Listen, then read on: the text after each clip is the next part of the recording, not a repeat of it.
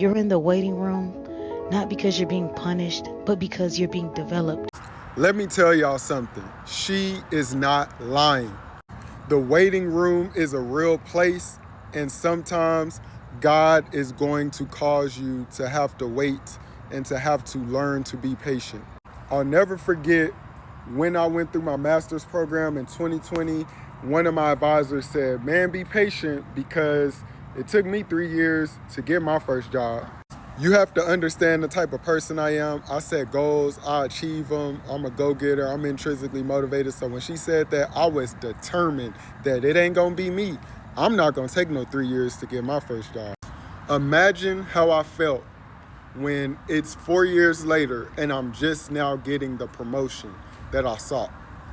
Imagine what it felt like when the first year I had an opportunity where I was a finalist, but I didn't get it. I only went back to school because I knew without a shadow of a doubt that the Holy Spirit told me and confirmed to me that it was time for me to go back and I needed to get my master's degree. So I began to doubt, God, is this what you want me to do? Now, on top of that, I took my certification exam not one time, but also a second time, and I failed both times, missing 2 promotional opportunities that came, but because I wasn't certified, I wasn't able to get them. After I didn't get the first job, my supervisor came to me and said, we're gonna invest $10,000 into you to go to a leadership program. And you are the only one at your current level that's going to be able to go. Everyone else that's going is someone that is at a higher level in the company. Then unfortunately, because I kept delaying taking the certification test because I was distraught, depressed, discouraged, the supervisor that invested in me, he eventually left. And then I really began to question, would I still have the favor? But this year, I'm excited to say that after 4 years in the waiting room, I was able to obtain a transitional position that gave me leadership opportunity.